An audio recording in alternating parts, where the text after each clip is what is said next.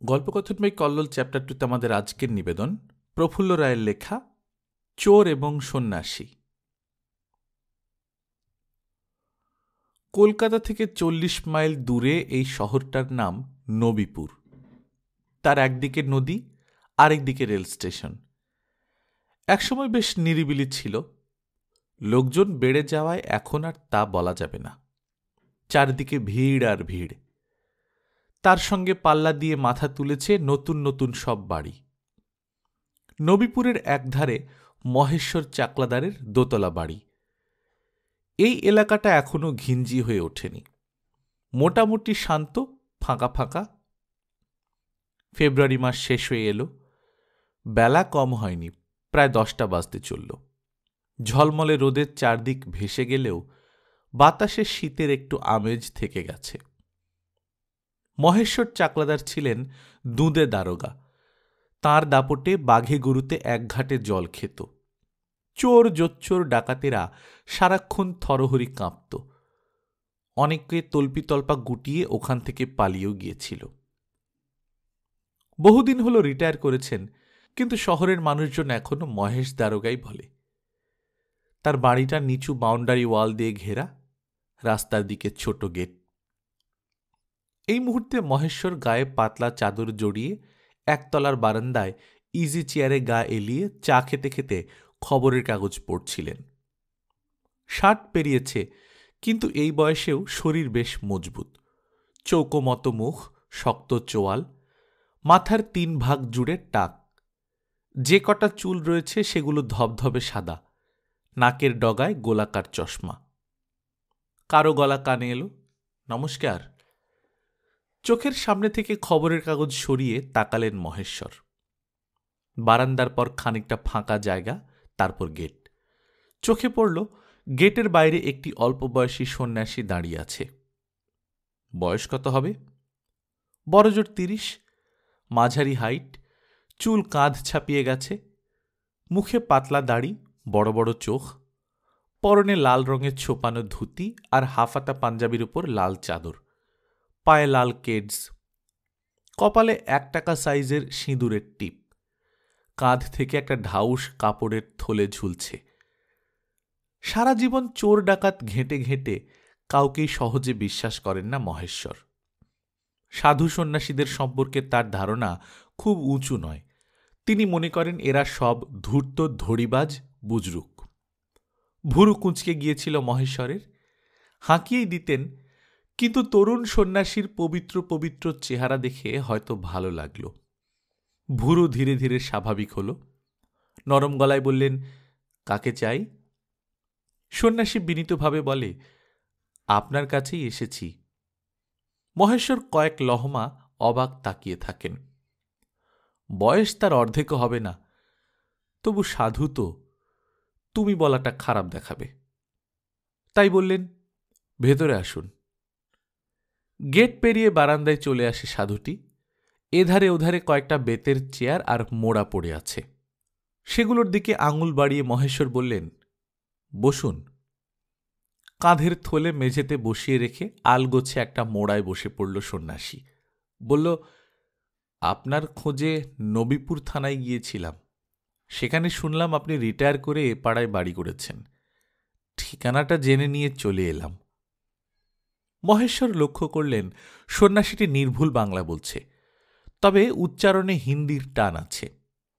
বিহার বা উত্তরপ্রদেশের লোকেরা বাংলা বললে যেমন শোনায়, অনেকটা সেই রকম। মহেশ্বর সন্ন্যাসীর মুখ থেকে চোখ সরাননি। তাকে বাজিয়ে নেবার জন্য জিজ্ঞেস করলেন, আপনার নামটা জানা হয়নি। স্বামী রামনাথ। কোত্থেকে আসছেন? বারাণসী থেকে। মানে কাশী? আগে হ্যাঁ। মহেশ্বর বললেন, সাধু সন্ন্যাসীরা লোকের বাড়ি বাড়ি টাকা পয়সার জন্য ঘ্যান ঘ্যান করে। আমি স্পষ্ট করে বলে দিচ্ছি, আমি কিন্তু একটা ঘষা পয়সাও দেব না। কথাগুলো শোনা মাত্র শিউরে উঠে জিভ কেটে সন্ন্যাসী অর্থাৎ স্বামী রামনাথ বলে ওঠে, না না, আমরা যে ধরনের সাধু তারা কেউ অন্যের টাকা ছোঁয় না। মহেশ্বরের চোখ দুটো সার্কেলের মতো পুরো গোল হয়ে গেল। তাহলে আপনাদের চলে কি করে? আমাদের আশ্রমের অনেক জমি জমার টাকা কড়ি আছে, তাতেই চলে যায়। একটু চুপচাপ থেকে মহেশ্বর বললেন, আমরা কেউ কাউকে আগে দেখেছি বলে তো মনে হয় না। জানা নেই, চেনা নেই, তা দুম করে সেই কাশী থেকে আমার কাছে আসতে গেলেন কেন? হাসি হাসি মুখ করে স্বামী রামনাথ বলে, কি বলছেন আপনি? আমাদের কতবার যে দেখা হয়েছে তার ইয়ত্তা নেই। মহেশ্বর এবার একটু রেগেই গেলেন। আমার মেমোরি খারাপ নয়, দেখা হলে ঠিক মনে থাকত। কিছুক্ষণ চিন্তা করে জিজ্ঞেস করলেন, কবে দেখা হয়েছে? 32 বছর আগে। 32 বছর? আপনার বয়স কত? 30। অঙ্কটা গোলমাল হয়ে গেল। হতভম্বের মতো মহেশ্বর বললেন, 30 বছর বয়স, আর বলছেন কিনা 32 বছর আগে আমাদের বহুবার দেখা হয়েছে। স্বামী রামনাথের হাসিটা মুখময় ছড়িয়ে পড়ে। মাথাটা আস্তে হেলিয়ে দিয়ে বলে, ঠিক তাই, এতদিন বাদে আপনাকে দেখেই আমি চিনতে পেরেছি। মাথা ভর্তি তখন কুচকুচে কালো চুল ছিল, টাক পড়েনি। শরীর খানিকটা টসকে গেলেও বেশ শক্তপোক্তই আছে। আপনি আমাকে চিনতে পারছেন না কারণ আমি আর সেই আগের চেহারায় নেই। তবে তখন আমার যে নাম ছিল সেটা বললে ঠিক মনে পড়ে যাবে। কি নাম ছিল? টানু। মহেশ্বর তার ইজি চেয়ারে চিড়িক মেরে উঠে বসেন। সেই টানু হারামজাদা, টানু চোর, বজ্জাতের ধাড়ি। আগে ভাবুন তো, আপনার সঙ্গে কত টক্কর দিয়েছি। টানু নামটা শুনেই রক্ত মাথায় চড়ে গিয়েছিল মহেশ্বরের। ক্ষেপে উঠতে গিয়ে হঠাৎ মিয়ে গেলেন। কিন্তু কি? টানু তো 32 বছর আগে মারা গেছে। ঠিক। মাথার ভেতরটা গুলিয়ে যেতে লাগল মহেশ্বরের। তিনি তখন নবীপুরের বড় দারোগা, চোর ডাকাতের জম। সবাইকে ঢিট করে ছেড়েছিলেন, শুধু টানুর সঙ্গেই পেরে ওঠেননি। লোকটার হাতে ভেলকি খেলত। রোজ শহরের কোনো না কোনো বাড়ি থেকে টাকা পয়সা, সোনাদানা, দামি দামি জিনিস লোপাট করে দিত। কত পাহারা বসিয়েছেন মহেশ্বর, কত ফাঁদ পেতেছেন, কিন্তু টানুকে ধরে কার সাধ্যি। অসহ্য রাগে গা রিরি করত। কিন্তু প্রমাণ না পেলে টানুকে গারদে পুরবেন কি করে? মাঝে মাঝে তাকে থানায় ডাকিয়ে এনে শাসাতেন, যেদিন বাগে পাব 14 পুরুষের নাম ভুলিয়ে ছাড়ব, কিংবা হাড় মাংস আলাদা করে ফেলব। টানুটার হাড়ে হাড়ে শয়তানি। মিচকি হেসে বলতো, আগে সাক্ষী টাক্কি জোগাড় করে আমাকে তো ধরুন, তারপর যা প্রাণ চায় তাই করবেন। যখনই দেখা হতো সূক্ষ্মভাবে বজ্জারটা যেন তাকে চ্যালেঞ্জ ছুঁড়ে দিত। জীবনে আচ্ছা আচ্ছা বদমাইশদের শায়েস্তা করেছেন, কিন্তু টানুর বেলায় ডাহা ফেল। সেই টানু 7 দিনের জ্বরে হুট করে মরে গেল। নবীপুরের বাসিন্দাদের হাড় জুড়ল। টানু কখন হানা দেয় সেই ভয়ে আগে তারা রাত জেগে বসে থাকত। এবার নিশ্চিন্তে ঘুমোতে পারল। মহেশ্বরের দারোগাগিরিতে একটাই কালো দাগ, সেটা হলো টানু। চোরটাকে যে জেলের ঘানিতে জুড়ে দিতে পারেননি, সেই আক্ষেপটা তার থেকেই গেছে। এতদিন বাদে স্বামী রামনাথ এসে বলছে সেই নাকি টানু। সমস্ত ব্যাপারটা জট পাকিয়ে যাচ্ছে। এই যুবক সন্ন্যাসীর কোনো বদমতলব আছে কিনা কে জানে। কিন্তু তিনিও মহেশ দারোগা, তাকে ধোঁকা দেওয়া এত সোজা নয়। এতক্ষণ আপনি আপনি করে বলছিলেন, এবার একটা হুঙ্কার ছাড়লেন। তুই যে টানু তার প্রমাণ কি? পীরের কাছে মামদোবাজি? রিটায়ার করেছে বলে মহেশ দারোগা বাঘ থেকে ইঁদুর হয়ে গেছে এটা ভাবিসনি? হাত জোড় করে স্বামী রামনাথ বলে, না না, সে কি কথা, আপনার কত ক্ষমতা তা কি আর আমি জানি নে? আমাকে এবার বুঝিয়ে দে, যে টানু মরে ফোত হয়ে গেছে 32 বছর আগে, সে 30 বছরের স্বামী রামনাথ হয়ে উদয় হল কি করে? আগে মহেশ্বরকে বড়বাবু বলতো টানু, এবার শুরু করল স্বামী রামনাথ। বলছি বড়বাবু, শুনুন। টানুর মৃত্যুর পর তার জন্ম হয় কাশীর এক ব্রাহ্মণের ঘরে। তার নাম বৃজবাসী চতুর্বেদী। নানান শাস্ত্রে পণ্ডিত, একজন সৎ মানুষ। এতটুকু লোভ নেই। বেনারসের এক চতুষ্পাঠীতে পড়াতেন। টানুকে তিনি ভালো করে লেখাপড়া শিখিয়েছেন, কিন্তু তার এ জন্মের বাবা মা কেউ বেশি দিন বাঁচেননি, ভাই বোনও নেই কেউ। মনটা কেমন যেন উদাস হয়ে গিয়েছিল। বাড়িঘর ছেড়ে টানু চলে গিয়েছিল আশ্রমে। তখন থেকেই সেখানে আছে। সন্ন্যাসী জীবনে তার নাম হল স্বামী রামনাথ। কাশীতে জন্মাবার পর যখন একটু বড় হল, তখন নবীপুরের রাস্তাঘাট, মানুষজন, বাড়িঘর আবছা আবছা তার চোখের সামনে ভেসে উঠত, কিন্তু জায়গাটা যে ঠিক কোথায় বুঝে উঠতে পারত না। আরেকটা ব্যাপার কাশীর অনেকের নজরে পড়েছিল। তার এ জন্মের মাতৃভাষা হিন্দি, কিন্তু ছোটবেলা থেকেই বাংলা বলতে পারত। সমস্ত দেখে শুনে বৃজবাসী চতুর্বেদী বলেছেন জাতিস্বর। পরে যখন আশ্রমে চলে যায়, সেখানকার বড় মহারাজও একই কথা বলেছেন। শব্দটার মানেও টানু জেনে গিয়েছিল। যে পূর্বজন্মের কথা মনে করতে পারে তাকে জাতিস্বর বলা হয়। আগের জন্মের স্মৃতি টানুকে পেয়ে বসেছিল। যে শহরে সে থাকত, সেখানকার টুকরো টুকরো ঝাপসা ছবি এবং নানা মানুষের মুখ সে দেখতে পেত। সেখানে যাবার জন্য সে অস্থির হয়ে উঠেছিল, কিন্তু কিভাবে যাবে ভেবে পেত না। মাত্র দিন কয়েক আগে নবীপুরের কথা পুরোপুরি মনে পড়ে যায় টানুর। সঙ্গে সঙ্গে কলকাতার টিকিট কেটে ফেলে। আজ ভোরে সে হাওড়া স্টেশনে এসে নেমেছে। সেখান থেকে লোকাল ট্রেন ধরে নবীপুর। মহেশ দারোগা খুব মন দিয়ে শুনছিলেন। বললেন, বানিয়ে বানিয়ে বেড়ে একখানা গপ্প ফেঁদেছিস তো। তারপর হুমকে ওঠেন, মতলব কি তোর? হাত জোড় করে টানু কাঁচোমাচো মুখে বলে, আমি থাকি কাশীতে, এই জন্মে কোনোদিন নবীপুরে আসিনি। বড়বাবু বিবেচনা করে দেখুন গপ্পটা ফাঁদব কি করে। তুই কাশীতে থাকিস না কামসকাটকায়, আমি জানব কিভাবে? বললি এ জন্মে এ শহরে আসিসনি। তোর মুখের কথা বিশ্বাস করে ফেলব এমন গাড়ল পেয়েছিস আমাকে? নির্ঘাত টানুর কথা কারো কাছে শুনেছিস, আর সেটা নিয়ে? মহেশ দারোগার কথার মাঝেই হাইমাই করে ওঠে টানু। আগের জন্মে অনেক অন্যায় করেছি, কিন্তু এ জন্মে কোনো খারাপ কাজ করি না, মিথ্যাও বলি না। আমার কথা বিশ্বাস না হয়, কাশীতে আমাদের আশ্রমের ঠিকানা, টেলিফোন নম্বর দিচ্ছি। ফোন করলে তো এক্ষুনি সব জেনে নিতে পারবেন।